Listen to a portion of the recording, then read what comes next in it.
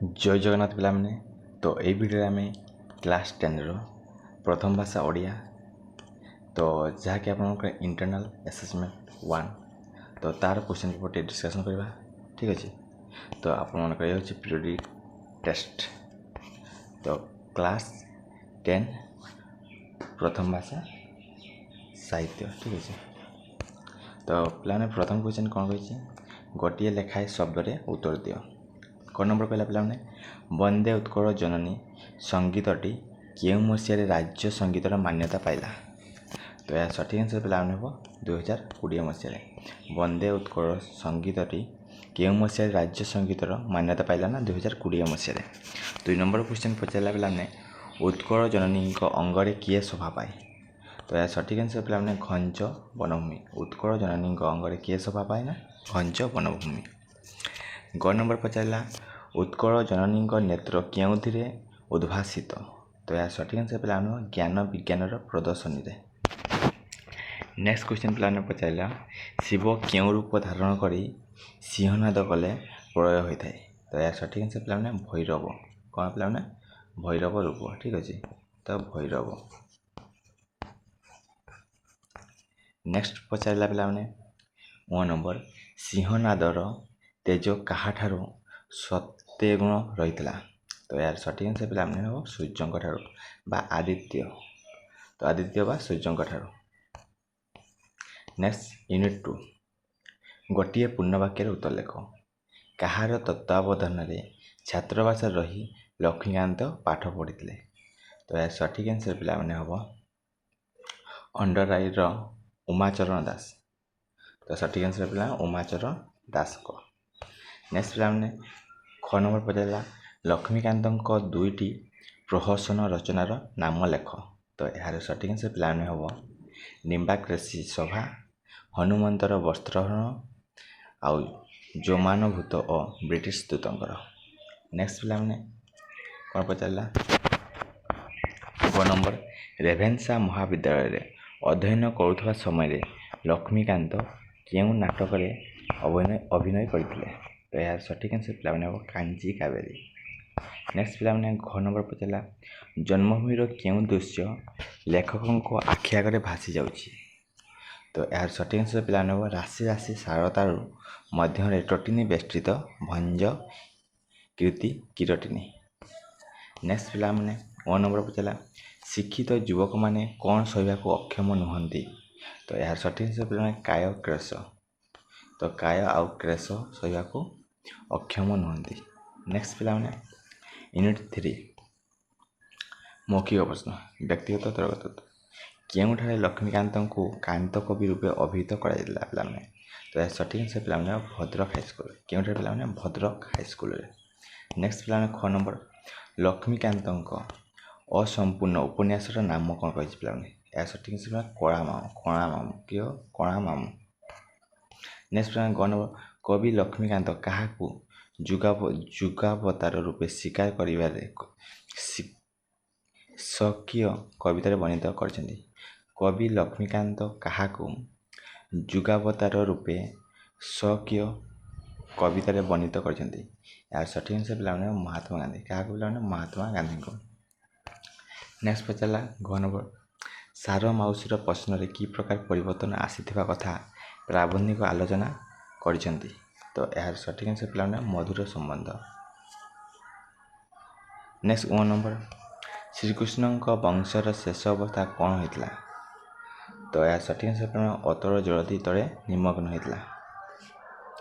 Next पे unit 4 केउठारे शीतल पवन प्रवाहित हुए। तो यार सठिक आंसर पे हम नदी तटरे शीतल पवन प्रवाहित हुए। नेक्स्ट ख नंबर लक्ष्मीकांत असंपूर्ण उपन्यासर नाम कौन। तो यार सठिक आंसर पे हम कणा मामू। नेक्स्ट पे ग नंबर कवि लक्ष्मीकांत क्या जुगावतार रूपे स्वकीय कवितार वर्णित कर। तो यार सठिक आंसर पे महात्मा गांधी। नेक्स्ट घ नंबर सार माउसीर प्रश्न कि प्रकार परिवर्तन आसीथिबा कथा प्राबंधिक आलोचना कर। तो यार सठिक आंसर पे हम मधुर संबंध। ନେକ୍ସଟ 1 ନମ୍ବର ଶ୍ରୀକୃଷ୍ଣଙ୍କ ବଂଶର ଶେଷ ଅବସ୍ଥା କ'ଣ ହୋଇଥିଲା ନା ତ ଏହା ସଠିକ୍ ଆନ୍ସର ପିଲାମାନେ ଅତର ଜଳଧିକରେ ନିମଗ୍ନ ହୋଇଥିଲା। ନେକ୍ସଟ ଆଇଭି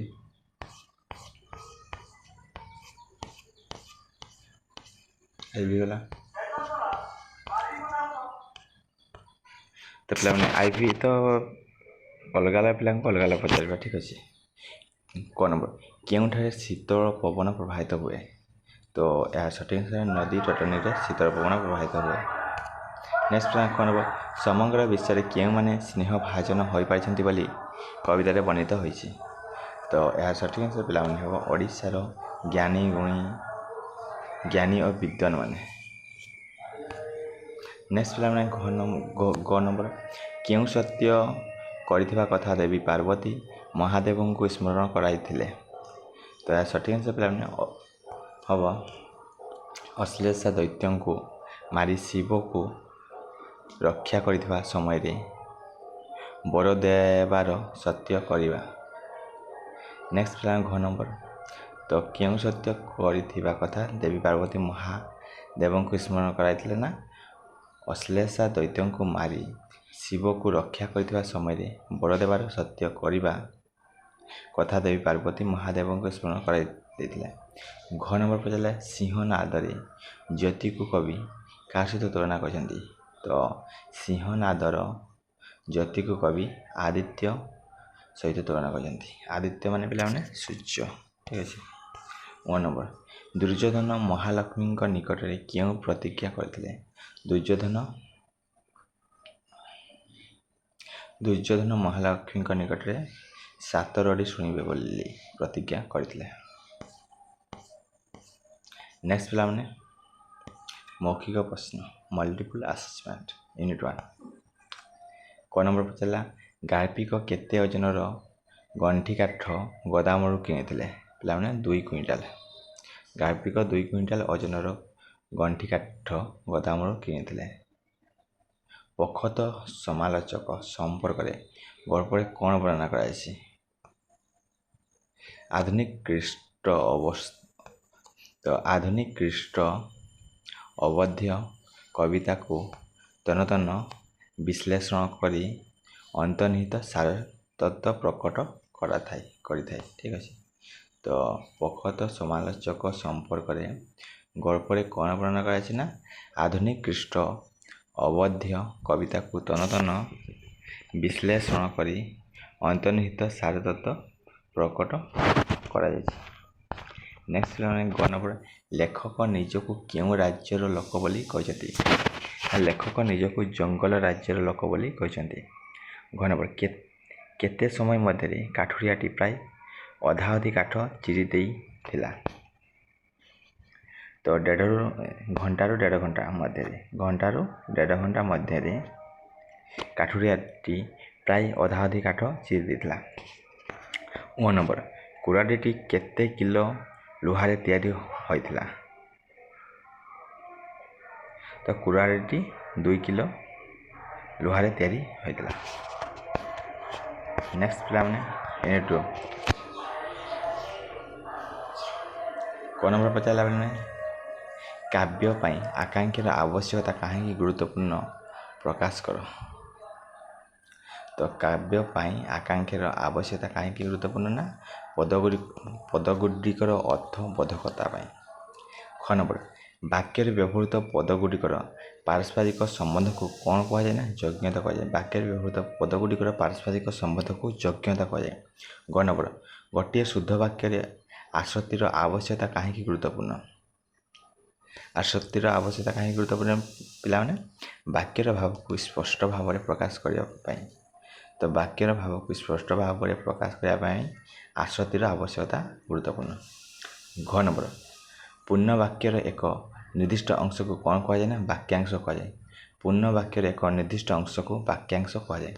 1 ନମ୍ବର ଖଣ୍ଡ ବାକ୍ୟ କହିଲେ ଆମେ କ'ଣ ବୁଝୁ ସମସ୍ତ ବାକ୍ୟର ସମାପିକା କ୍ରିୟାଯୁକ୍ତ ଅଂଶକୁ ଖଣ୍ଡ ବାକ୍ୟ କୁହାଯାଏ। ସମସ୍ତ ବାକ୍ୟର ସମାପିକା କ୍ରିୟାଯୁକ୍ତ ଅଂଶକୁ କ'ଣ କୁହାଯାଏ ଖଣ୍ଡ ବାକ୍ୟ କୁହାଯାଏ। ନେକ୍ସଟ ୟୁନିଟ୍ 3 କେଉଁ ଗଳ୍ପ ସଂକଳନ ପାଇଁ କଥାକାର ପ୍ରଫେସର ବସନ୍ତ କୁମାର ଶତପଥୀ ଓଡ଼ିଶା ସାହିତ୍ୟ ଏକାଡେମୀ ଦ୍ୱାରା ପୁରସ୍କୃତ ହୋଇଥିଲେ। Anti romantic. ତ ଆଣ୍ଟି ରୋମାଣ୍ଟିକ୍ ଗଳ୍ପ ସଂକଳନ ପାଇଁ କଥାକାର ପ୍ରଫେସର ବସନ୍ତ କୁମାର ଶତପଥୀ ଓଡ଼ିଶା ସାହିତ୍ୟ ଏକାଡେମୀ ଦ୍ୱାରା ପୁରସ୍କୃତ ହୋଇଥିଲେ। ଗାଳ୍ପିକ କାଠୁରିଆକୁ କ'ଣ ଖାଇବାକୁ ଦେଇଥିଲେ? ତ ଗାଳ୍ପିକ କାଠୁରିଆକୁ 2ଟି ବିସ୍କୁଟ ଖାଇବାକୁ ଦେଇଥିଲେ। ଆଧୁନିକ ମଣିଷର କେଉଁ ବାସ୍ତବ ଚିତ୍ର କାଠ ଗଳ୍ପରେ ଚିତ୍ରଣ କରାଯାଇଛି? ତ ଆଧୁନିକ ମଣିଷର ସ୍ୱାର୍ଥ ଓ ସ୍ୱଥଟା ବାସ୍ତବିକ ଚିତ୍ର କାଠ ଗଳ୍ପରେ ଚିତ୍ରଣ କରାଯାଇଛି। ଲେଖକଙ୍କ କାଠ ଚିରାଳି ଉପରେ କାହିଁକି ସନ୍ଦେହ ହୋଇଥିଲା? ତ ଲେଖକଙ୍କର କାଠ ଚିରାଳି ଉପରେ କାହିଁକି ସନ୍ଦେହ ହୋଇଥିଲା? ବୟସ ଆଉ ଚେହେରାରୁ। ମତି ଭ ଭ ହୋଇ ଭୁକି ଉଠିବାର କାରଣ କ'ଣ ଥିଲା?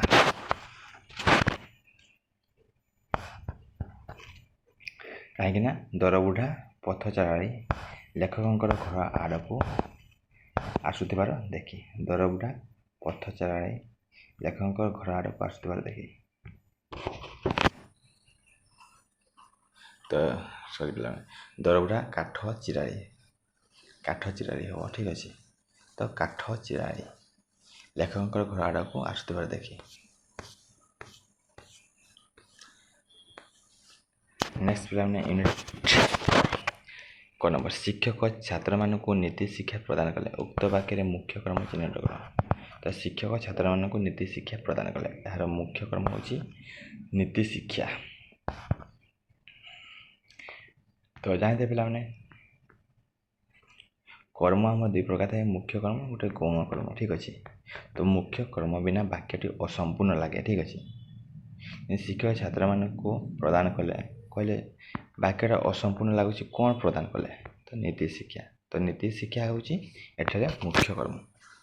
ନେକ୍ସଟ ବାକ୍ୟରେ ସମ୍ବନ୍ଧ ପଦ କେତେବେଳେ ବିଭକ୍ତିଯୁକ୍ତ ହୋଇଥାଏ? ତ ବାକ୍ୟରେ ସମ୍ବନ୍ଧ ପଦ ବ୍ୟକ୍ତିର ସମ୍ବନ୍ଧ ବୁଝାଇବା ବେଳେ ବିଭକ୍ତିଯୁକ୍ତ ହୋଇଥାଏ। କ୍ରିୟା ସକର୍ମକ ହୋଇଥିଲେ ବାକ୍ୟରେ କର୍ମପଦଟି କେଉଁଠାରେ ବସିଥାଏ? ତ କ୍ରିୟା ସକର୍ମକ ହୋଇଥିଲେ ବାକ୍ୟରେ କର୍ମପଦଟି ପୂର୍ବରୁ ବସିଥାଏ। ଭାବ ପ୍ରକାଶ ଦୃଷ୍ଟିରୁ ବାକ୍ୟକୁ କେତେ ଭାଗରେ ବିଭକ୍ତ କରାଯାଇଛି?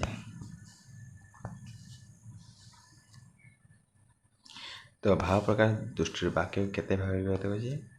ନା 4 ଭାଗରେ। ନେକ୍ସଟ ଆବଶ୍ୟକତା ସମୟରେ ଯେ ସାହାଯ୍ୟ କରେ ତାକୁ ଉପଯୁକ୍ତ ବନ୍ଧୁ କୁହାଯାଏ। ଆବଶ୍ୟକତା ସମୟରେ ଯେ ସାହାଯ୍ୟ କରେ ତାକୁ ଉପଯୁକ୍ତ ବନ୍ଧୁ କୁହାଯାଏ। ଏହା କେଉଁ ପ୍ରକାର ବାକ୍ୟ ଅଟେ? ତ ଏହା ହେଉଛି ଜଟିଳ ବାକ୍ୟ। ନେକ୍ସଟ ପିଲାମାନେ କ'ଣ ପଚାରିଛି? ତ ଏକ ନିର୍ଦ୍ଦିଷ୍ଟ ଅଧ୍ୟାୟ ବା ଦୃଶ୍ୟର ସାରାଂଶ ସଂକ୍ଷେପରେ ଲେଖ। ଶିକ୍ଷକ ଦ୍ୱାରା ଅଧ୍ୟାୟ ଚିହ୍ନଟ କରାଯିବ, ଠିକ୍ ଅଛି। ତ ଉଦାହରଣ ମହାଭାରତ ଗ୍ରନ୍ଥର ସମସ୍ତ ପର୍ବ ଗୁଡ଼ିକର ନାମ ଲେଖି ଗଦା ପର୍ବର ବିହଙ୍ଗାବଲୋକନ କର। ସେମିତିକା ପଚାରିବେ। ତ ଥ୍ୟାଙ୍କ ୟୁ ପିଲାମାନେ, ଅଲ୍ ଦ ବେଷ୍ଟ।